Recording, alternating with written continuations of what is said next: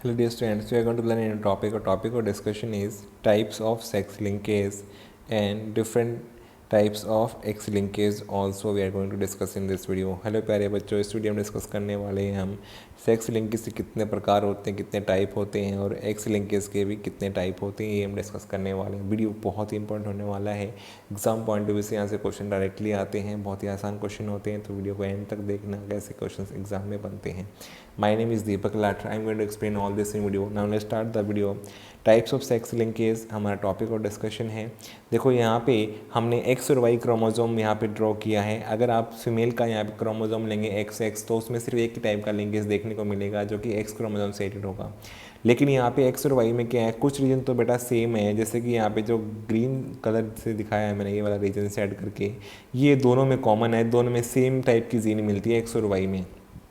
बाकी reason x का अपना है और दूसरा रीज़न वाई का अपना है। जो एक्स का अपना है उसमें जीन एक्स की है लेकिन वाई की जीन नहीं प्रेजेंट है, जहाँ पे वाई की जीन प्रेजेंट है वाई पे वहाँ एक्स की वाली जीन से सिमिलर नहीं है।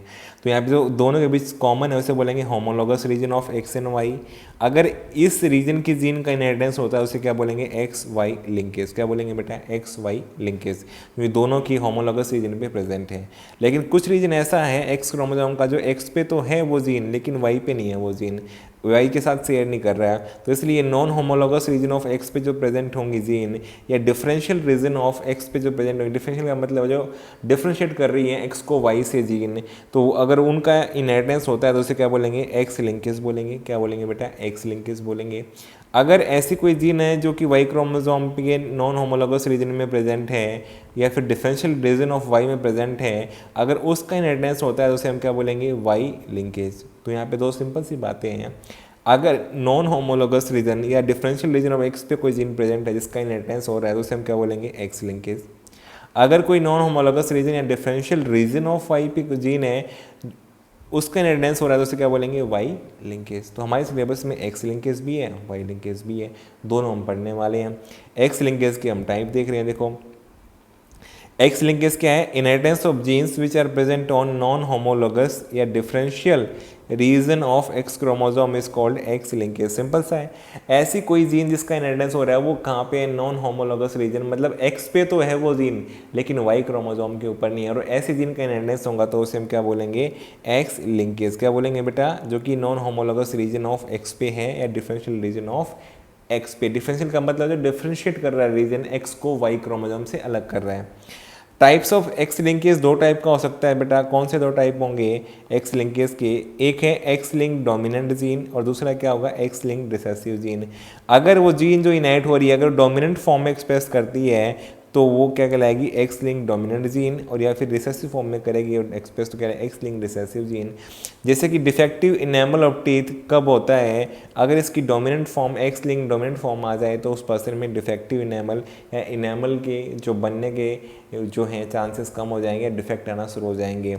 तो यहाँ पे ये डिफेक्टिव इनेमल ऑफ टीथ की जीन जो है वो कैसी है, x link dominant inheritance show करती है। जबकि शूडो रिकेट्स ये इसकी जीन भी कैसी है, एक्स लिंक डोमिनेंट का एग्जाम्पल होती है बेटा। शूडो रिकेट्स एक तो जीन के कारण हो सकता है जहाँ पे जीन काम ना करे, दूसरा हो सकता है न्यूट्रिशनल डेफिशिएंसी से हो जाए। तो हम यहाँ पे जेनेटिक जो जीन की डेफिशिएंसी के कारण हो रहा है ना, जीन की वजह से हो रहा है, उसकी बात कर रहे हैं जो कैसा है, एक्स लिंक डोमिनेंट है। ये दोनों एग्जाम्पल याद करें, डिफेक्टिव इनेमल और ट्यूब शूडो रिकेट्स किसके हैं, x link dominant. X link recessive के भी एग्जाम्पल है बेटा, जिनकी जीन जैसे कलर ब्लाइंडनेस की जीन कैसी होती है, एक्स लिंक रिसेसिव फॉर्म में डिजीज कॉज करती है। हीमोफीलिया भी same x link recessive disorder का एग्जाम्पल है बेटा। ये दोनों हमारे सिलेबस में है, डिटेल में स्टडी करेंगे हम कलर ब्लाइंडनेस और हीमोफीलिया के बारे में, कैसे इनकी inheritance x link recessive inheritance होती है इनकी। डायबिटीज इंसिपिडस भी कैसा है बेटा, इसकी जीन भी एक्स लिंक रिसेसिव होती है, डायबिटीज इंसिपिडस, आपको ये भी याद रखना है। इसके अलावा डकिने मस्कुलर डिस्ट्रोफी डीएमडी जो होता है बेटा, इसकी जीन एक्स लिंक रिसेसिव होती है। एक और होता है बेटा मस्कुलर डिस्ट्रोफी होता है, वो इससे अलग है बेटा, उसकी जीन ऑटोजोमल डोमिनेंट होती है। वो क्या है, मस्कुलर डिस्ट्रोफी, और उसकी जीन कैसी होती है, ऑटोजोमल डोमिनेंट।